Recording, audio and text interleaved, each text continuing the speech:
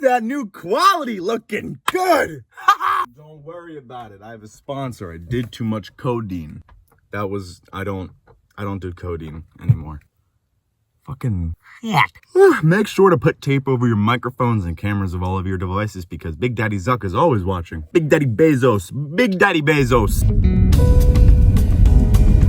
Hello, welcome. My name is Gusty, and welcome back to another episode of A Normies Look. Now, if you don't know, this is where I pick a franchise, either a very popular one in American pop culture, or, you know, maybe a little nicher one, and I watch every single thing that there is to watch about that franchise. Well, kind of, technically. My first episode was Lord of the Rings, but I didn't go back to, like, that 80s animated cartoon and watch them. I just watched all movies to the Rings of Power show. Which, by the way, there is now, another Lord of the Rings movie. It's an anime. I have not seen that yet, but I will very soon. I'll tell you how it is. But yes, welcome back to A Normies Look. Today we will be tackling The Purge.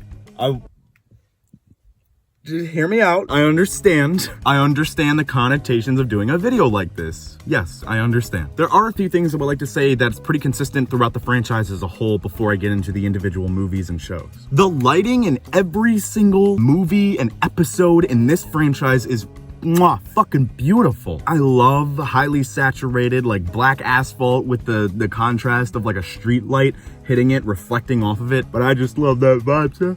I love it. I love that vibe, and that is just all over this fucking franchise. Something that's also all over the place is the antagonists of these movies and shows. You'll come to see this, but this franchise really, I don't think, knows how to handle a good antagonist. Besides one, maybe two, we will get to it. The endings are short, more than not. The endings are short, or at least, like, don't wrap up everything. And that could either be because it is a more recent movie franchise, and, you know, America, we never finish a fucking story because we can keep making more money out of it, obviously. What are you, fucking stupid? Nothing is sacred. What are you, fucking dumb?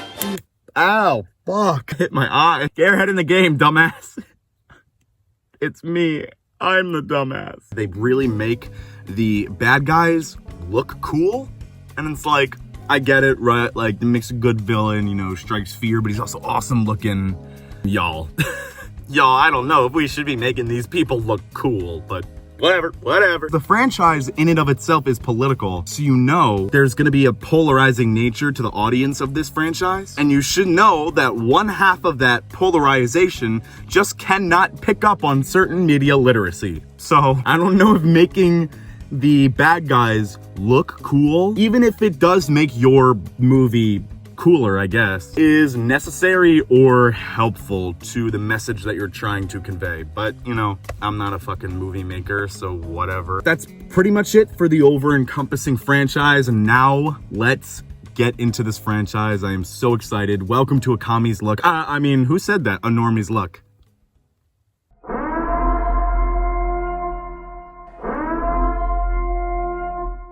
Holy fuck, this is immediately too real. I mean, they immediately start talking about the de-evaluation of the dollar, a massive recession, the economy spiraling down, all while murder rates are lowest they've ever been. You can't help but make some IRL comparisons here.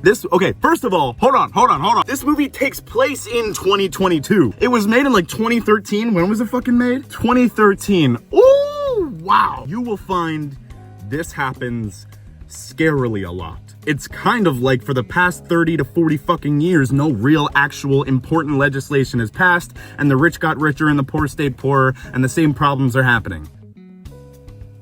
Fuck. Anyways, going into the movie, I think to start off, it is smart that they decided to pick an individual experience of the Purge instead of immediately going into the city and seeing, like, the rampage throughout the streets. It gives the movie makers better leeway for expectations when it comes to the lore and spectacle, you know, if we're just staying in this, like, house. The jump scares were pretty basic, but they got me. They got me, like, every fucking time. The antagonist. Kind of forgettable. I think by context clues you understand their motives. I honestly can't remember if they, like, explicitly explain, you don't see this? I see it too, this little fucking strand, I hate you. I fuck around and just cut it all off. Speaking of context clues, there was an expert on TV, we love that, great, gives great lore. And the expert was saying how violence was inherent in our DNA, how the Purge helps us cleanse us of that evil within our souls. Now, not only is that a little religious coded, not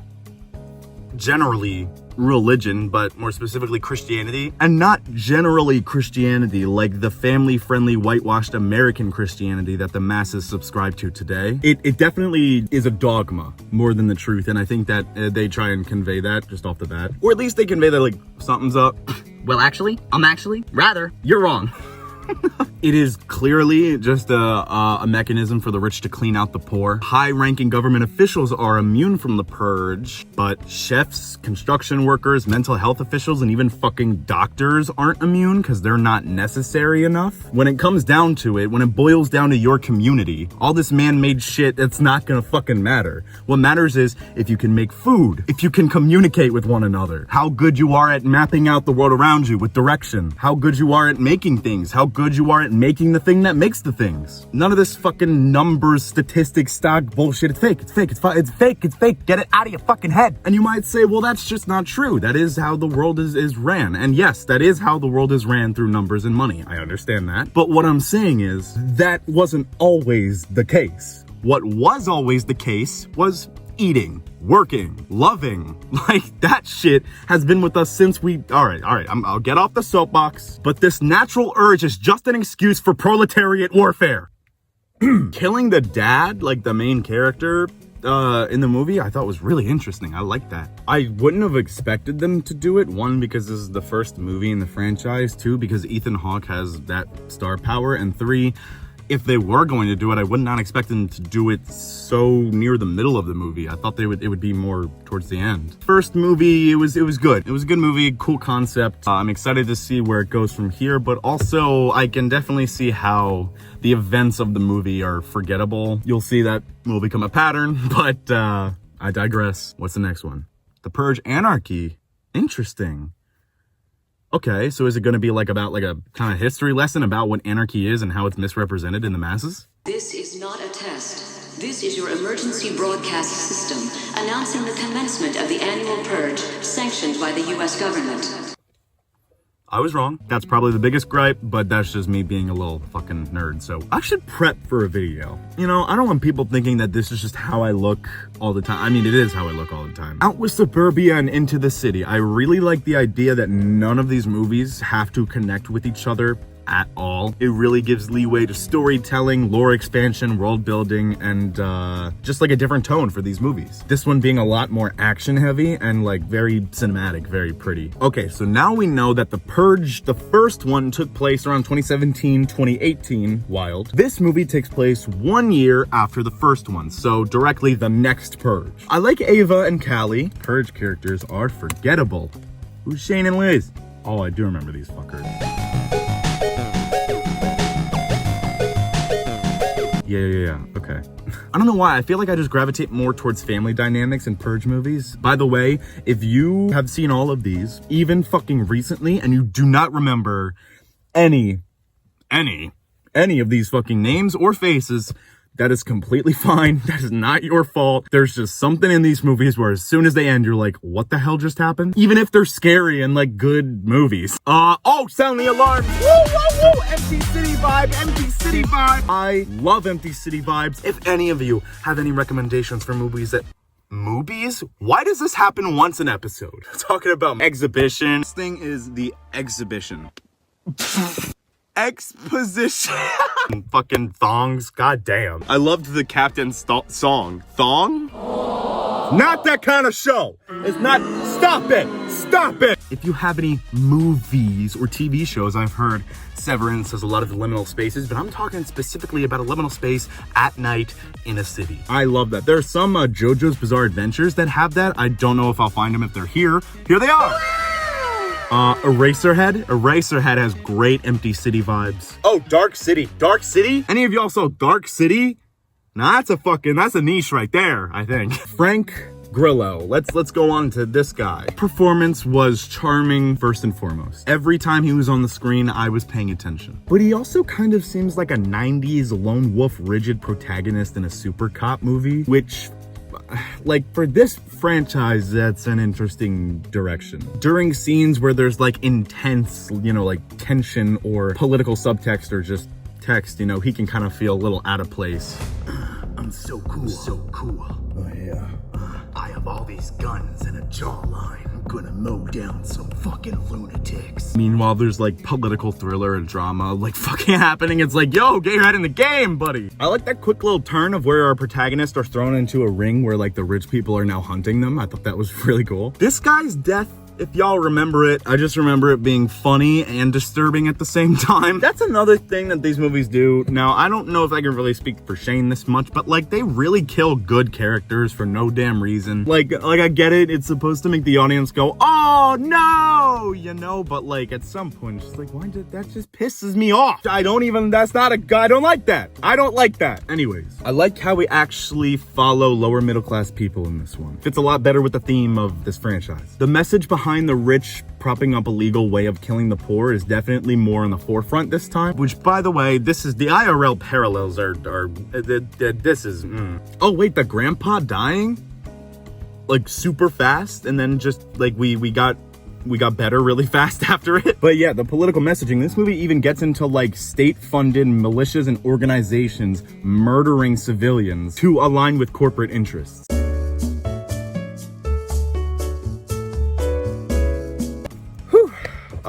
But having the anti-purge revolutionaries save the day at the end, that was a little reassuring, I guess. But the ending was real damn short. But I'm ready for the third one. What's this third one called? Oh, fuck. Weapons of Class 4 and lower have been authorized for use during the Purge. All other weapons are restricted. Okay. Even more IRL parallels. Who knew? This movie starts off with footage of riots at the Capitol. Public opinion has turned more against the Purge. Insurance companies are screwing over people just before disaster happens. Interesting. When was this movie made? Interesting. What the fuck? Okay, no. Save it. Save it. Everything's fine. I love how, like I said, these movies aren't really connected, but Dante Bishop for some reason is like that character in the background that somehow connects the thread of these movies. Whoa, Leo is back. That was his name, by the way. And this time he suffers from being cool and then doing something shitty 20 minutes later. I would have liked to see one or two more Purge movies that really dive into the fact that none of these have to be connected, but you know, it's a nice face to see. Chill. You nasty. I could watch a whole movie with Lainey, Marcos, and Leo, though. Okay. This scene really pisses me off, and I can't remember if it's Dante Bishop or if it's just like another civilian. I think it's Dante Bishop. By the way, I should explain who he is. He's a revolutionary who is an anti-purger, and throughout the movies, he gets more and more support. Oh, by the way, this movie takes place, 16, 18 years after the second one? What the fuck happened? What happened? I mean, that's fine. That's completely fine. You do not have to stick to a yearly thing. It was just like, it caught me by surprise. And somehow the actors that were in the previous one look the exact same age, movies, whatever. But anyways, back to what I was saying. Dante Bishop about to kill someone. And I believe who he's about to kill is either a purger or like a someone in politics who like makes sure that the purge keeps happening. And our main character, we follow someone running for office, and she's there and she sees this about to happen and she goes, wait, if you do that, you'll be no different from them. That's fucking bullshit. I got 3 good reasons. He's dedicated his life to be a freedom fighter and a liberation for all. I'm sure he has done things and has the credentials to say that he's not just like them. I'm not condoning murder, but he was taking active steps to stop the purge forever. Who knows, this one life here could have saved millions of homeless people, poor people, people who are working but don't make enough money. Just like the concept of her saying that to him, her, a woman running for office, is immediately an authoritarian position that upholds a system based off of exploitation and blood money. Like, what the fuck are you talking about? Purge or not, there is still so much in policy that is so purge-like. Which brings me to my main point about this French light bulb. Get through it without bursting the red bubble. Get through it. Burst, why does that sound like a period euphemism? Bursting my red bubble. Oh my God, Cody, I was gonna go to your pool party, but I'm sorry, I bursted my red bubble yesterday. So this is day 2 and the flow is pretty heavy. I'm sorry, I'm gonna have to sit this one out. Unfortunately, I think this movie gives too much credit to the intellectual capability of our leaders. I don't know if they're that smart, y'all. Or I guess they're smart in being evil, they're just not very long-term thinkers. Anyways, let's talk about this one's antagonist. Or should I say missed potential of an antagonist? Kimmy. Now, Kimmy's interesting because I knew about Kimmy before even watching any of the Purge movies. I mean, we grew up with these movies, and I remember seeing like her mask and her look around. And when I saw her in the movie, I was like, here we go. We got our first like iconic antagonist. Let's do it. And she's insane. She literally kills for a candy bar. Love this. She has a bad bitch intro. This is great. This is fucking great. I was extremely excited to see her flourish in this movie. All for them to kill her midway. I don't even think she got any kills. And the way she died was pathetic too. She just got ran over. What are we doing? That could have been amazing. That could have been great. Especially when you consider who the antagonist role was replaced by. Earl, who is the square-faced skinhead that I just had to look up the name of right now. And that annoying ass clergy fuck, him. Which, to be fair, they were good villains. I like that Earl felt like an unstoppable boulder moving down the hill where if you stopped for too long, he will catch up with you. I just think that like Kimmy's look beats them by recognizability in and of itself. They just wasted her. I said it. The beginning montage of the drive through the city was the first time I watched a horror movie and like actually like in my chest felt scared. I'll describe it if I can't put it up. Oh my god, wait, I didn't even think about that. So these videos get copyright striked, but I don't care. I'm not making money off them anyways, and they're for you, they're not for money. So I'm going to try my best to dodge copyright. We'll see if that works. Did it work? Play this clip if it worked. Fuck yeah. Play this clip if it didn't work. Fuck them. So yeah, I don't know if I'm gonna be able to show it for copyright reasons and for gore reasons. It was this guy driving a car with like dead bodies barbed wired to the car, and one body, a girl, was still alive screaming. That's fucking terrifying. I'm a bit bummed out by the ending that it, you know, kind of ends on a cliffhanger, because I want these movies to be like loosely connected, you know? But also, if it weren't for that cliffhanger, this would have been like the most unrealistic ending, especially for these movies. It's a great movie that talks about white Anglo-Saxon Protestants and how they run this country, and will go to any effect possible to hold the power that they have in their own dogma. Oh, they did the thing again where they kill the business owner, he dies, but they let these assholes live, because why not? We never fucking learned. We should have killed more Nazis in 1940. That, you know what though, that was a good inclusion. I really liked that inclusion. That's probably one of the most memorable movies of the whole franchise. So yeah, what's the next one? Oh, it's a prequel.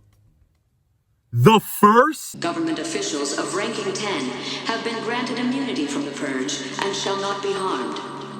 I'm gonna need some water soon. Okay. Even more. IRL, parallel, this time with unemployment skyrocketing, and now the rise of an opioid epidemic. This is ridiculous, and now's around the time where these movies are catching up to the actual date. I think this was released in 2016. This is when it was released. And fuck it! This is not satire. We need to talk about this. These movies are just demonstrating what is happening. You can make an argument that it's not exaggerating real life. It is just putting it in different terms. When something is not that fucking exaggerated and not that different and not that structured from real life, it is not satire. These movies are not satire. Like The Boys, not satire. When it comes to the thriller and the political drama of the show, that's just real. The fantasy comes with the superheroes, but the political shit is accurate, not exaggerated. Wake the fuck up. Come on, this is just real life, baby. The Purge is happening every day.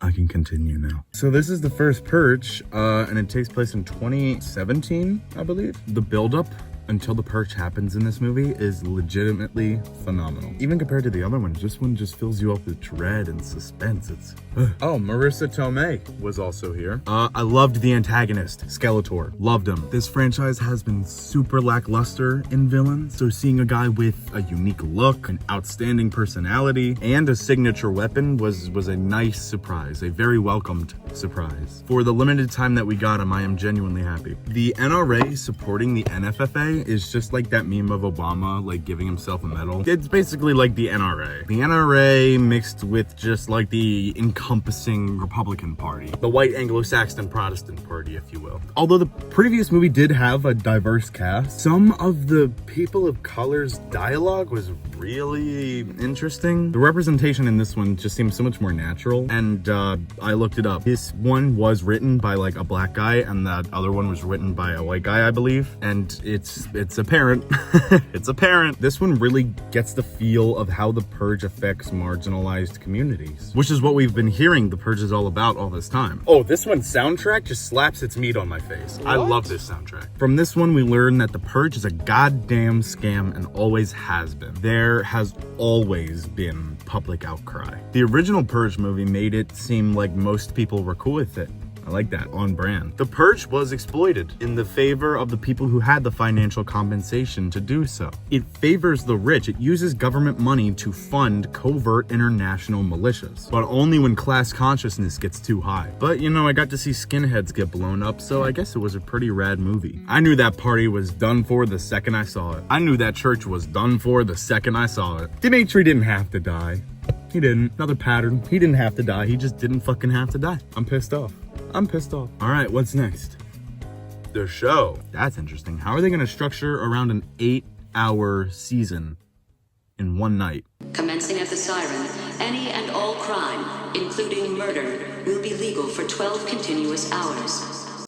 Damn, was this kind of good. Penelope, great character. A kid's perspective on the Purge is a fantastic idea. I didn't even think about it. Having it tie into religious contemplation is a fantastic idea. Having it tie into religious contemplation is a fantastic idea. And having it so that the NFFA creates a religious sector that indoctrinates children into complacency or sometimes even encouragement to the very thing that kills them is a fantastic idea. That's crazy. I wonder if there's like a thing that parallels that in real life. I wonder if I'm like foreshadowing for a future video or something. That Melissa introduction though, that was dreadful. I made a mistake, I don't wanna die! Lighting, of course, always been a strong suit in the franchise, and it doesn't stop now. Okay, so this one takes place in 2026, which is between 2 and 3. It's in that like 18 to 16 year gap, which that just makes like logical sense as a storyteller. Like there's a huge chunk right there that can be so many stories, you know? I was not expecting this Rick, Jenna, and Lila thing to like fully invest me. It's like a damn soap opera. I think it's fucked up though that Jenna has a repeated history of cheating on Rick, but doesn't give him the agency to be like a little standoffish about it. Oh, really? You don't trust me? And it's like, girl, you have a repeated history of this. And then you just kiss Lila at the fucking party. Like, why do you give him shit? You did the thing that he was suspicious of you doing. They do have a subplot of the like ethical implications of trying to fix the system from within. That doesn't really get divulged into much until like the last episode. The season ending with Rick dying and Jenna living on with the baby was predictable because, you know, this franchise, but also, you know, it fit. It worked. I think this is the first time I'm seeing the third Baldwin twin in anything. Twin? The third twin? Triplet, dumb fuck. Miguel pisses me the fuck off. Here we go. The movies have always been, albeit with a fuck ton of gun porn, anti-military industrial complex. So hearing Miguel, who is an active Marine, say, "We're the military. We don't kill civilians." Like, come the fuck on. That is just not what this franchise needs. The antagonist. The first half of the show, he was barely in it, but that's not necessarily bad. The writing for him was very good. The blue-collar working class man that gets screwed over by American capitalism, but lacks the educational tools to realize it. Getting radicalized into genuinely feeling better short-term. If you just convince a white dude that, like, his enemy is a black dude, then he will never actually go after his enemy. Something that I watched actually killed the fascist at the end instead of redeeming him, because rarely does that happen in real life. Again, I'm not advocating for murder. There's just like so many stories that end in like the, oh, we're all human beings, we can all change, and then the fascist is just like, girl, yeah, I guess you're right. Like, no, bitch, rarely fucking happens. And I don't like that he kind of died kind of off screen. Like, kind of. I don't like that. That leaves leeway for him to come back. I don't like that. Yeah, just a bunch of what, like, the guy was talking about. Like, he was fucking talking about, like, DEI. The writing was, like, actually accurate. Yay, the cops are the heroes at the end. Yay. I don't like the ending. Straight up, I don't. Miguel kills the fascist, but the weird thing about it is that his other cop buddy was like, we'll keep this under wraps. And I just hate that, like, police union feeling ending. I really hate that. I don't know if we're ever gonna see these characters again, but if we do, I hope Miguel really learns any fucking lesson. But overall, yeah, it's alright. It's alright. We got one more season? Dope. Let's do it. Police, fire, and emergency medical services will be unavailable until tomorrow morning at 7 a.m. when the purge concludes. That intro shook me to the core. Such a cool way to start off the season, such a cool lore drop, and such a cool way to introduce the cold opens. By the way, this season has cold opens, and they are great. Like, every single one is fucking great. From expanding the backstory of some of our characters, to showing social life around the attitude of the purge, like that right-wing podcast cold open. Loved that. The, like, pitch meeting of, like, mask makers, like the purge mask makers, that was amazing. Showing how literally these people aren't people. Don't ever get confused that they are for any cause but making their company bigger. I don't give a fuck if they donate to charity. They have enough money to get rid of the problem entirely, and they don't. They give to charity to make themselves look better to the people who are too dumb enough to realize the actual fucking problems. That you're not just supposed to put a band-aid over it. Don't get caught up, alright? Corporations don't care about you. I do. The cold open with the indoctrination of, like, that kids TV show.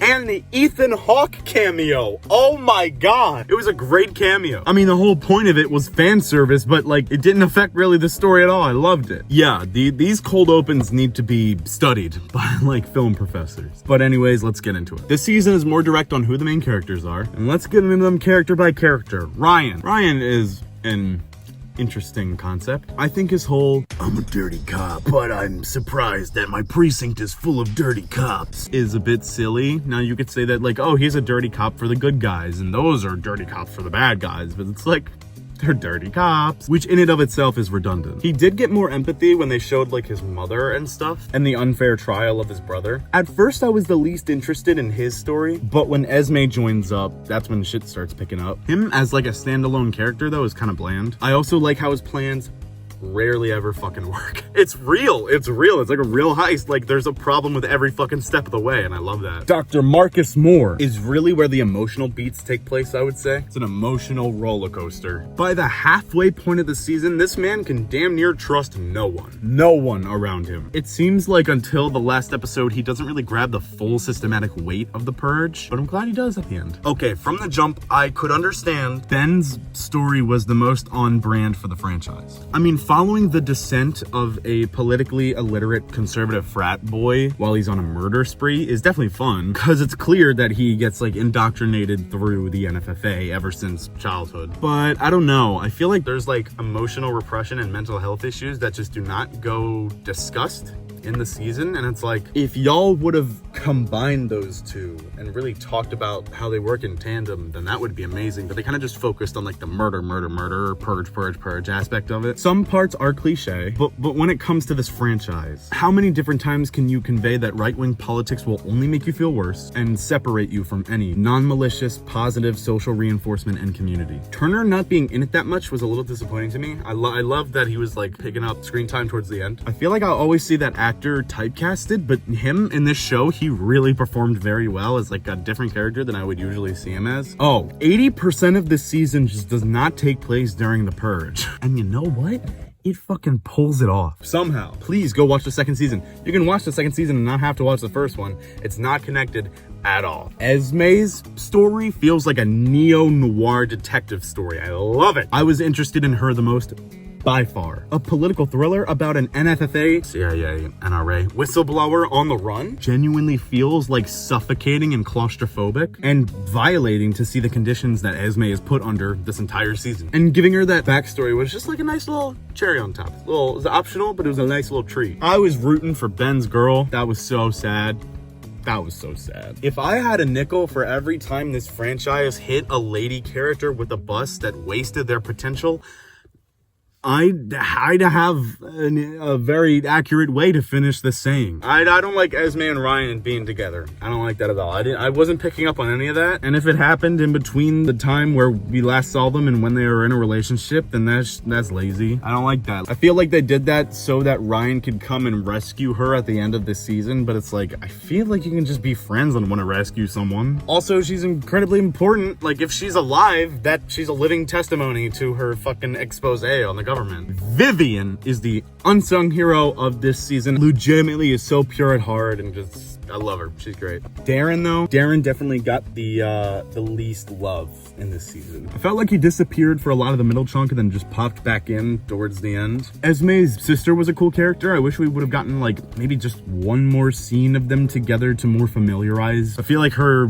shit at the end was like so sudden and I was just like, oh, all right, yeah, I guess this is cool. Can't believe that the NFFA fudges the numbers and incites people to murder for their own agenda. That's crazy. Who would have fucking guessed the government would do that type of shit? That rescue one shot of Ryan taking down all those fucking NFFA guards though, that was fucking dope. I wrote down a note in here while I was watching it saying, in reality, Ryan's sacrifice wouldn't mean shit because the cops would shoot her anyways after Esme exposes the government and the cops show up, but then the purge sirens go off so they can't do it because the purge has ended. I was just like, they would just fucking shoot her anyways. And then they fucking did. I love this show. They did. They just fucking killed her after the purge.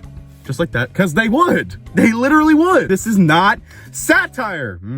This is not. Ben was an amazing villain to hate. I hate how we just skated on by very luckily throughout the whole season. And I'm glad we have a resistance group now. That's it for the show. We got one more movie. Fuck. Ah, shit. Blessed be our new founding fathers and America, a nation reborn. May God be with you all. Oh, shit. I totally didn't accidentally take a nap and fall asleep. It's the first nap I've taken in a while. I don't really take naps. Although it is my favorite in the franchise for reasons that I actually can't talk about. Big Daddy Bezos. Big Daddy Bezos. The one-shots in this one are insane. I feel like the biggest thing that they took from the show that they just did was the impressive one-shots, because the one-shots in this movie are insane. They're so good. Although, like, this movie felt short. Like, it felt like there wasn't a lot that they did before the movie was ending. I really like the concept of the purge in the South because we've just been so focused on like city-based things that like I never even thought about like that shit in the South. Like if you're caught outside in a small southern town during the purge, like I feel like the probability of you being killed is higher because in the city you can kind of blend into the numbers, you know? And the racism of the South is highlighted a lot during this movie. We follow a couple of illegal immigrants as they try and make it through the purge. Now the purge ends, but a group of dumbasses decide, you know what, let's keep the purge going. Which sounds scary, but like that's not too far off of reality. At least if you're like rich and racist, then the purge can be every day for you. I guess you don't have to be racist, you just have to prioritize money over literally fucking anything. Everything. Not anything, everything. Unfortunately, the lighting in this one was the weakest of the series. Oh my god, I'm so frizzy. It's not bad lighting. It's just that, like, out of all the episodes and movies, with this one, there wasn't a lot of, like, wow, look at that beautiful shot. This one has the biggest problem of what I was talking about when you make these guys look cool. When you have these cowboys try and make the blood of this nation pure, make it so that they return to a cleaner America. Name me a fucking time where immigrants weren't a part of America. Name me a year, 1 year. Give me 1 year where immigrants were not important to the continuation of this country. Give me 1 year. Like, this is what Republicans think they look like, when they really just all look like this. Now, the creator of the franchise did say that this was going to be the last movie, and if that is true, that's a little disappointing, because, I don't know, this is a franchise that can keep going because none of the stories have to tie in with each other, but I did run in with this problem while watching the movie. It's getting predictable. Now, here's the problem with the Purge movies. I feel like they're too good that they're starting to get bad. And what I mean by that is, the main problem is the stupidity of the citizens of America. And I know not every single American watches The Purge. They should. Actually, I don't know if they should. But it's just like, as these movies go on and they keep hammering down that message of the rich and the poor, the purge benefits the rich, they have you acting out the shit they want to do for free, thinking that it's your right as an American. As much as they keep pushing that the law isn't morality, morality comes first and then you make laws based off that. It's not you make your morality based off the law. And it sucks that the people who would purge and they watch this and they don't really fully get the message, which is why I'm assuming they keep making more movies. You're being fucked in the ass by your own government, and you're also executing out actions that they want you to. You're thinking in the way they want you to. You're eating, sleeping, and drinking the way they want you to. Audre Lorde said it best. The act of self-preservation is not self-indulgence. Self-care in and of itself is an act of political warfare. Take care of yourself, you know? They want you to feel overwhelmed and suicidal and sore when you wake up. They want you to look at your phone and think that there's nothing you can do and that the world is just getting worse from the powers that be, and that's how it's always been, but it hasn't. And once you take the time to love yourself and start caring for yourself, you get in a better mental headspace to do more revolutionary actions. But it doesn't start with just going out to a march. You have to put the time into yourself. Think about it in like a biological sense. If your body has a sickness that doesn't necessarily get you bedridden, the sickness is still there and it could spread, it could get worse. And as you're eating healthy food or going out and exercising, you're not doing anything about this sickness in you, and it's gonna spread and it's gonna grow, and your body will just be deteriorating while your stress levels just keep going up. Once you dedicate your time, your energy, and your effort to bettering yourself, only then can you better other people. Yeah, this franchise is great. It's great. It predicts the future, not because it's like psychic or anything, but just because American politics is predictable. The rich already declare warfare on everybody else every single day. We have nothing to lose but our chains. I encourage you to go out to your local community centers. Go to your town hall meetings. Be loud. Speak your opinion. Make sure that these fucking dumbass Nazis feel ashamed for speaking their mind in public. They are not silent, nor are they the majority. Donate the food that you can and take what you need. When shit gets grueling, the government is not going to be there to help you. The people literally around you, proximity, are going to be there to help you. You need to build these connections with people, real people outside. It's tough and it's scary, believe me, I know, but that's all we have. That's literally all we have.